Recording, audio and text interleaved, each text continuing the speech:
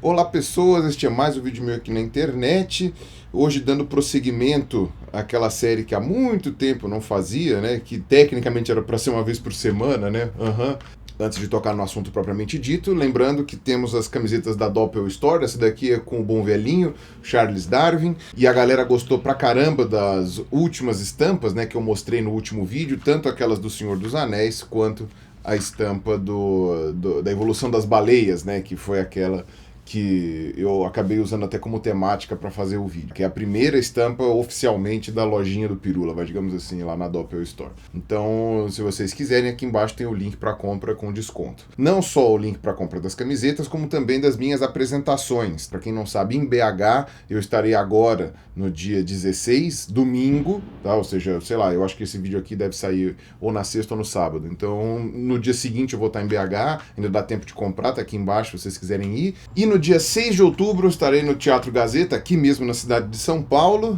e em Fortaleza no dia 13 de outubro, beleza? Então aqui estão todos os links para compra dos eventos, caso vocês queiram ir, ainda não tenham ido ou já foram e gostaram. Então vamos agora, sem mais delongas, falar sobre o assunto propriamente dito. A promessa que eu fiz é que todas as mensagens que eu ia ler com relação a esse assunto, né, iam estar nos comentários do vídeo anterior. E esta regra vai continuar valendo, beleza? Eu vou continuar lendo apenas perguntas que foram feitas nos comentários dos vídeos. Então, por exemplo, nos comentários desse vídeo aqui, eu vou ler a pergunta do próximo vídeo. Porém, como a essência dessa questão envolve o sigilo, eu abri uma exceção e eu vou responder a essa pergunta que me foi mandada no inbox da fanpage. Não vou colocar aqui o nome da pessoa que mandou a mensagem, né, porque, enfim, eu acredito que ela não queira se identificar, foi uma menina. E basicamente o que ela disse foi o seguinte, que ela e alguns amigos da escola dela são ateus e eles conversam sobre isso, só que nenhum deles teve coragem de contar para a família, porque as famílias são muito religiosas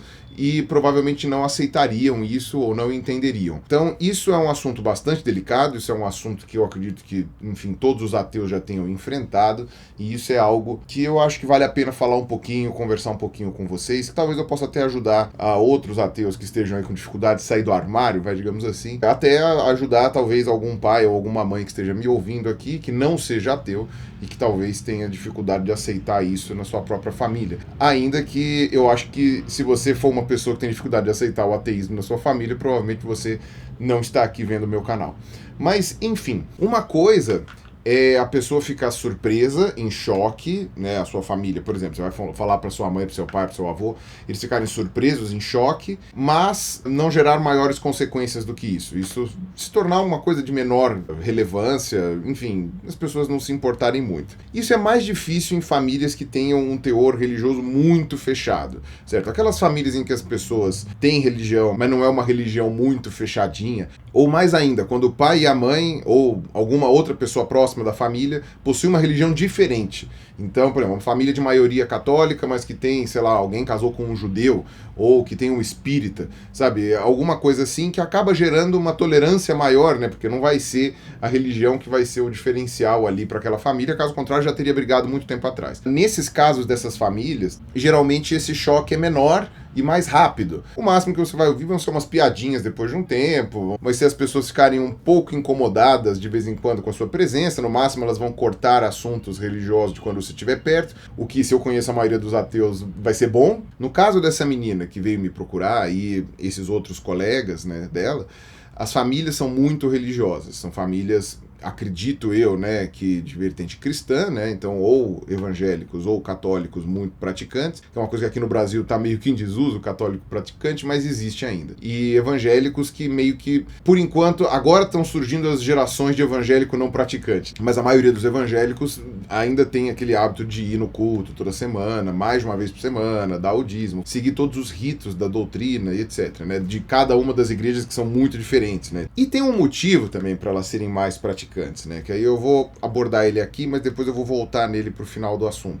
Essas igrejas, né, como eu já falei em outros vídeos aqui, elas acabam suprindo um espaço, um vácuo que é deixado por outros ramos da sociedade, seja o governo, sejam empresas, não importa o que a gente está colocando aqui, principalmente o governo, né? Que é dar um suporte, seja de lazer, seja de acompanhamento, seja de aconselhamento, seja de união, de senso de pertencimento a algum grupo, né? Então, ao mesmo tempo que você tem alguns clubes em alguns outros países que fazem isso, ou mesmo em algumas faixas de renda mais altas aqui da sociedade brasileira, né? Em que você acaba juntando pessoas por afinidade, e essas pessoas acabam fazendo lazer juntas e fazendo coisas juntas e se sentindo parte de um grupo. Nas áreas mais pobres do Brasil, nas áreas mais afastadas, quem acaba suprindo todo esse vazio, né, são as igrejas evangélicas, tá? Então os pastores, eles acabam funcionando não apenas como líderes religiosos, mas também como conselheiros amorosos, conselheiros econômicos, né, de finanças, como psicólogos, até de aconselhamento de planejamento familiar. Então esses pastores acabam acumulando funções de profissionais que não existem nessas áreas. Então, o pessoal, né, mais radical, ateu aí, que fica criticando a intervenção dessas igrejas, tal, né, da vida das pessoas, geralmente se esquece que se você tira isso da vida das pessoas, você tem, sei lá, um boteco cheio de cachaça, sei lá, uma televisão, você não tem mais nada para fazer nesses lugares, você não tem nada que dê essa coesão para as pessoas. E as pessoas realmente ficam melhores, se sentem melhores quando vão para a igreja. Então é por isso que essas igrejas, principalmente as neopentecostais, fazem tanto sucesso no Brasil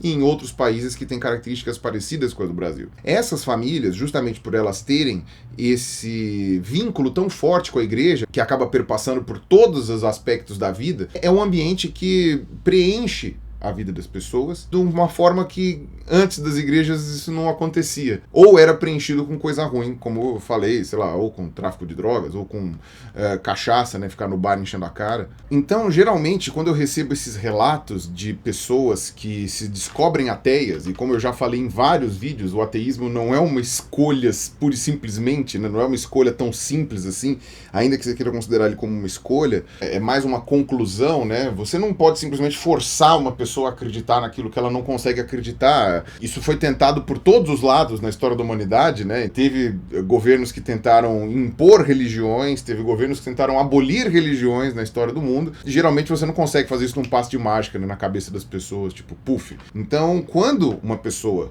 que está num ambiente muito religioso se descobre ateia, descobre que ela não acredita, falando do cristianismo novamente, que é o exemplo que eu dei, que Jesus não ressuscitou, ou sei lá, que a história... Não... Na verdade, que Jesus não ressuscitou já é o suficiente, né, para você não poder mais ser considerado cristão. Não é uma coisa simples voltar atrás. Não dá para você simplesmente acreditar, sabe? Tipo, então tá bom, eu vou acreditar. Ainda que você diga para os outros que você acredita, no seu íntimo você duvida, você não acredita, o que já é o suficiente, vai. Por isso que o pessoal faz aquela comparação com os homossexuais, né? Ainda que a homossexualidade seja sim uma condição, né? Definitivamente a pessoa não escolhe a sua orientação sexual, enquanto que se você acredita ou não, ainda tem ali uma porcentagem de escolha. Só que aquilo que eu já expliquei num vídeo meu falando sobre se ateísmo é escolha ou não, ou então por que você não deixa de ser ateu, né? Tem um vídeo que eu fiz que eu falo daquele exemplo da carteira, né? Tem certas coisas que você pode me falar que eu simplesmente não consigo acreditar.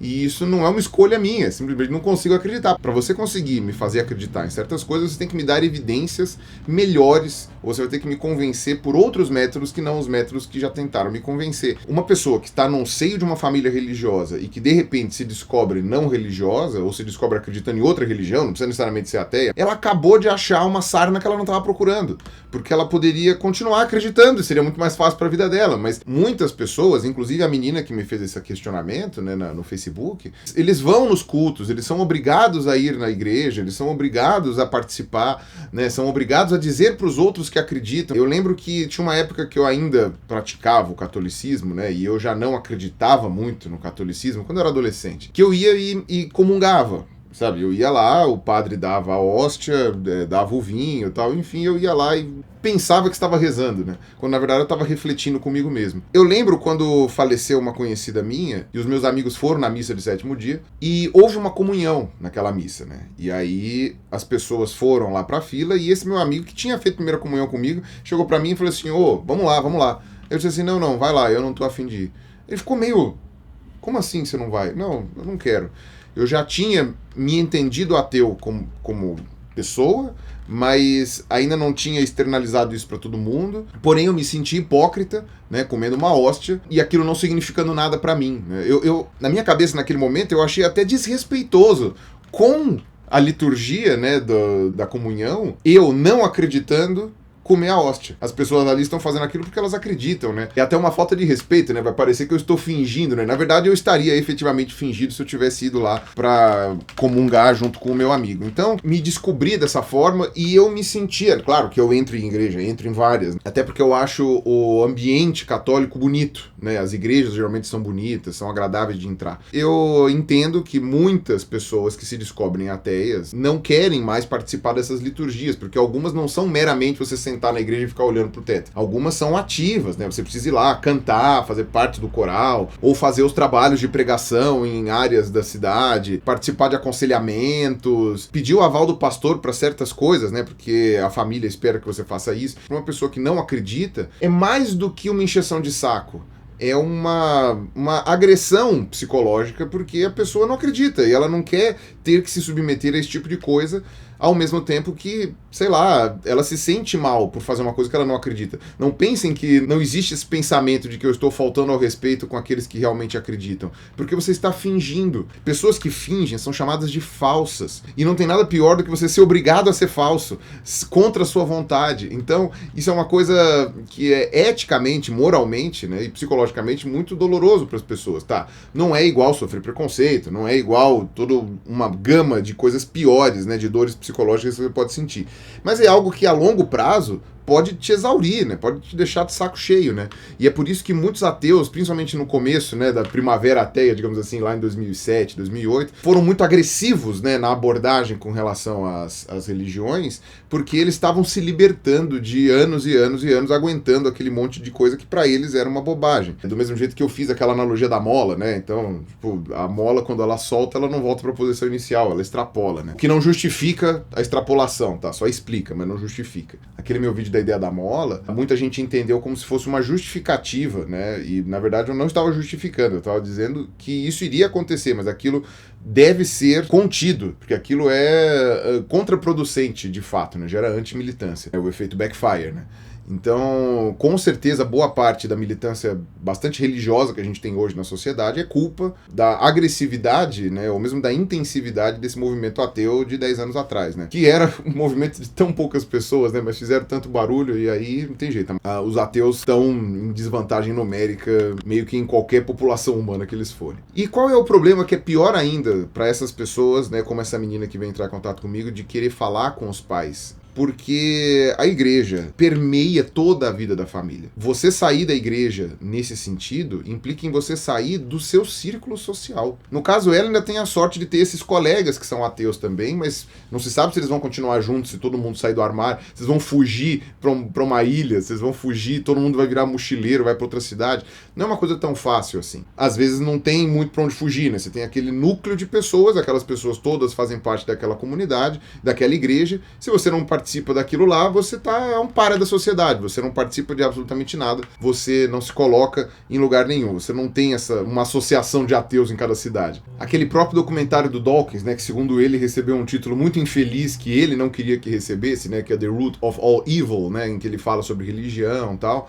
Nesse documentário ele vai e entrevista algumas pessoas nos Estados Unidos que são ateias, que vivem em cidades pequenas, daquelas cidades bem suburbanas, né, em que os ateus precisam se reunir escondidos, como se eles fossem fazer um churrasco. E nesse churrasco eles comentam sobre coisas que eles leram, sobre filmes que eles assistiram, que seriam ou proibitivos ou muito mal vistos no resto da comunidade da cidade lá onde eles estão inseridos. E fora de lá, eles fingem pertencer às igrejas e a todos os movimentos que pertençam ali à população majoritária da cidade. Eles tinham como válvula de escape esse encontro que eles faziam em determinado dia da semana, ou uma vez por mês, não lembro agora, para poder conversar com pessoas que nem eles, né, pessoas iguais a eles. Óbvio que eram a maioria pessoas de mais idade, né, e esse documentário já é mais velho, né, ele é de 2003, sei lá, 2004. Hoje você tem a internet, né, a internet aproxima quem pensa igual. Hoje posso dizer que praticamente nenhum ateu se sente totalmente sozinho desde que ele tenha uma internet para poder conversar. Mas às vezes não é o suficiente, mais ou menos que nem uma pessoa que é homossexual, que simplesmente vai usufruir, vai, digamos assim, da homossexualidade disponível, tanto em salas de bate-papo, como em sites pornográficos na internet, mas em determinado momento ela vai querer extravasar isso para outros lados da vida dela, porque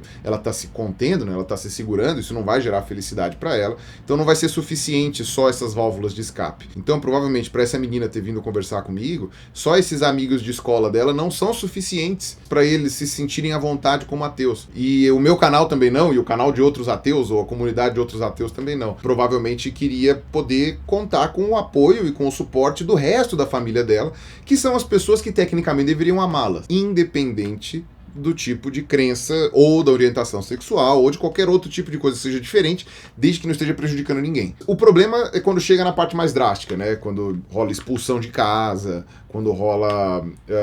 enfim, não falar mais com a pessoa. Algumas religiões são extremamente fortes nesse aspecto, né? Eu posso citar, por exemplo, que as pessoas já vieram me falar, os testemunhos de Jeová. São recomendados aos testemunhos de Jeová que nunca conversem com quem não é testemunho de Jeová, a menos que seja para converter ou para pregar. Se você tem no seu meio, especialmente na sua casa, uma pessoa que não é testemunho de Jeová, você deveria se afastar dela. Se a pessoa que não é testemunho de Jeová for o provedor da casa, eu não sei como é que acontece. Se a pessoa é um dependente da família, ou, sei lá, uma pessoa que não contribui financeiramente com a casa, é se afastar dessa pessoa. E algumas pessoas chegam ao ponto de serem expulsas de casa. Demonstra que esse tipo de pai ama os filhos até a página 2, né? Ou não ama os filhos. Não consegue se desgrudar desse pensamento e não percebe que são essas pessoas que estão destruindo a família. E não o sujeito por ser ateu.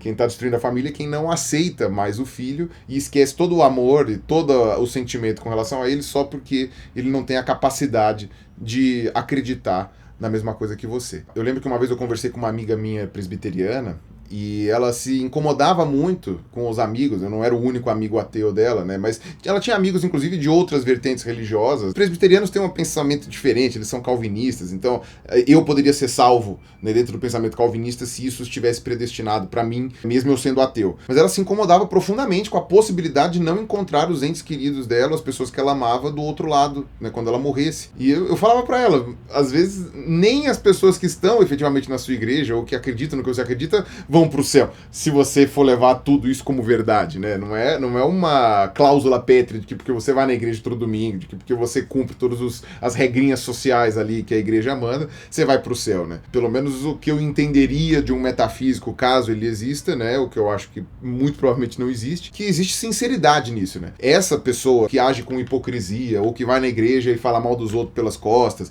ou que vai lá e prega a família e depois vai e chifra a mulher ou chifra o marido, essas pessoas, a meu ver, elas são falsas, certo? Só que elas são falsas diferentes desses ateus que vão na igreja por pressão da família ou da sociedade. Porque esses se incomodam. Eles se incomodam de ir para a igreja não acreditando. Eu acho que eles são melhores, eticamente falando, do que essas pessoas que se dizem cristãs, dizem obedecer uma série de regras, mas na verdade não obedecem, né? Não sei se elas sentem a consciência pesada que eu acredito que elas deveriam sentir, né? Então é por isso que é tão delicado, tá? Eu tô explicando isso daqui exaustivamente para vocês, porque muitas pessoas podem não entender a realidade disso. Então, para você não ser expulso de casa, se seus pais forem muito fundamentalistas, não tem jeito. Você vai ter que ficar quieta enquanto você depender financeiramente deles. Eu conheço casos de pessoas que vieram para São Paulo, que moravam no interior e arrumaram um pretexto qualquer. Vou estudar, vou arrumar um emprego, vou trabalhar, enfim, justamente porque aqui elas iam encontrar pessoas da mesma tribo delas, do mesmo círculo de pensamento, e hoje convivem com a família pro forma, né? Vai lá no Natal, gostam da família, não é que desgostam da família, mas não tem mais afinidade nenhuma com eles, então mantém um contato emocional e afetivo, mas não físico, não presencial, porque isso acaba sendo um motivo mais de atrito do que de convivência pacífica. Só que ainda assim isso é uma fuga, né? Você tá fugindo, né? O certo seria os seus pais aceitarem você, ou vocês que são pais que estão me ouvindo aceitarem seus filhos, independente do que fosse, né? Independente do que eles acreditarem ou não. E o contrário também, né? Pais ateus que o filho ou a filha se declara evangélico ou muçulmano, sei lá o que, deveria ser a mesma coisa, né? Deveria ter uma conversa com extrema tolerância, uma conversa profunda, né? Eu acredito que seja uma coisa a ser discutida com família, com seriedade. E é uma coisa que eu acho que é gostoso, né? Porque você se sente mais acolhido, você se sente mais amado conversando com o seu filho, ainda que seja por uma discordância. E aí eu não tenho muito como dar dica para vocês, porque cada caso é um caso. Sabe, cada família é uma família, para você preparar o terreno com relação a isso. Às vezes o teu amiguinho que é ateu conseguiu fazer isso com a família dele, você vai tentar fazer a mesma coisa que ele fez e você vai se ferrar. Vai ter que pedir abrigo na casa do teu amiguinho. Então, isso é uma coisa muito complicada. Não é uma coisa que dê para você dar uma dica genérica, assim. A ideia que eu dou é que talvez começar a mostrar as coisas para os seus pais, para os seus avós, sei lá, para os seus tios, para quem cuide de vocês, né, padrinho, madrinha, mostrar alguns questionamentos que você teve, apontar que tem o fulaninho que tem a religião diferente, sabe, comentar sobre tolerância, sobre aceitar certas coisas, tal, que eu acho que para a maioria das famílias vai funcionar. Tem essas famílias, como falei, ou que as pessoas são muito fanáticas, ou que elas pertencem a vertentes na qual o fanatismo é meio que até obrigatório, né, que não tem muito o que fazer. O que você pode tentar é ver de que lado eles vão ficar. E chegar e falar assim, olha, vocês me amam, vocês estão agindo como se vocês não me amassem. Ah, mas a gente não pode te amar se você não acreditar. Eu falei, tá bom, me faz acreditar então. Me força a acreditar. Não tem como forçar a pessoa a acreditar, sabe? É aquilo que eu falei, eu não tenho como forçar vocês a acreditar que eu tenho um cheque assinado de R$1 milhão pelo Silvio Santos aqui no meu bolso. Eu não tenho como forçar vocês a acreditar nisso. Isso é uma coisa, sabe, que ou você dá evidências para as pessoas sobre isso, ou vão achar que é uma lorota. Talvez esse seja o argumento que precise ser frisado para aquelas pessoas que não aceitam o ateísmo ou não aceitam outras ideias religiosas. Até que aqui no Brasil a gente não tá tão ruim assim. É muito pior quando você ouve os comentários de pessoas de países de maioria muçulmana, por exemplo, porque o Islã também é uma religião que permeia todos os aspectos da sua vida, né? Desde emprego, desde cotidiano, desde o que você deve comer, desde o que você deve vestir, desde como você deve se comportar na frente dos outros. Então, como ele permeia todos esses aspectos, você se tornar ateu num país de maioria muçulmana não é uma coisa muito fácil, muito pior do que aqui no Brasil. Porém, aqui no Brasil, você tem aí algumas vertentes religiosas que também preenchem a vida das pessoas com uma gama muito ampla de coisas, né, de fatores, e essas pessoas acabam tendo problemas parecidos, talvez não na mesma intensidade, mas parecidos com esses ateus do Islã. Você vai lá na gringa e vê os sites ou os textos de ex-muçulmanos, né, e é uma coisa muito pesada, é um troço bem pesado, é bem complicado mesmo, né, e é meio que a sensação deve ser de guerra perdida, né? Vai haver intolerância com relação ao ateísmo. Eu tô aqui nesse canal para tentar diminuir isso, para tentar fazer as pessoas aceitarem melhor o ateísmo. E vai ser normal até ter algumas pessoas que dizem que o ateu não tem problema desde que não seja perto de mim, que é mais ou menos o que muita gente faz com os homossexuais também, né? Eu não me importo do meu colega de trabalho ser homossexual, do motorista do busão ser homossexual, mas me incomoda se o meu filho fosse, o meu irmão fosse, o meu pai fosse, sei lá, ou algum parente meu. Então entra naquela coisa de você tem dois tipos de problema, né? Os meus problemas e o problema dos outros, né? Tem que ser voluntário da pessoa pensar sobre isso para quebrar seus preconceitos, para aceitar o diferente, para entender que há pessoas que pensam de outra forma. Muitas pessoas talvez nunca tenham se questionado. Como você nasce com a religião meio que como default, né?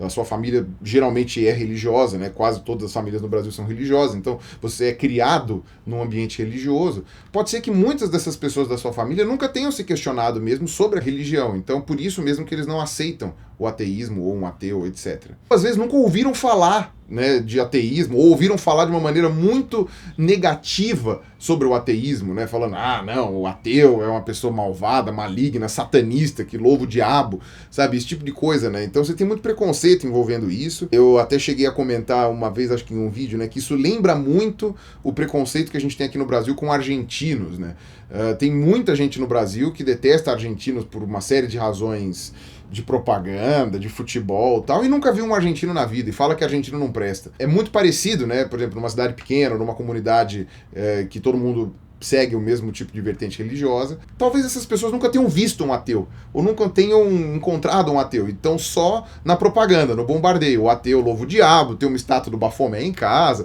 faz pentagrama de sal grosso no chão, sabe, escuta disco da Xuxa ao contrário, sei lá, o pessoal fica com esse pensamento porque nunca foram apresentados a pessoas diferentes, né? E, às vezes, até tem os ateus ali no meio, mas eles estão dentro do armário. A analogia com os gays funciona também perfeitamente, ou como brilhantemente a Marvel demonstra todas as vezes que ela aborda esses temas nos quadrinhos dos X-Men, né? Ou nos filmes, ou nos desenhos animados, enfim, né? Que também entra na mesma história, né? O mutante, tem um mutante que dá pinta de mutante, esse daí tá sempre ferrado. Tem um mutante que não dá pinta de mutante, esse daí consegue se camuflar. Então, é a mesma coisa, né? Você tem homossexuais no mesmo estilo e você tem ateus no mesmo estilo. Não, mas você não é católico. Sou sim, sou sim.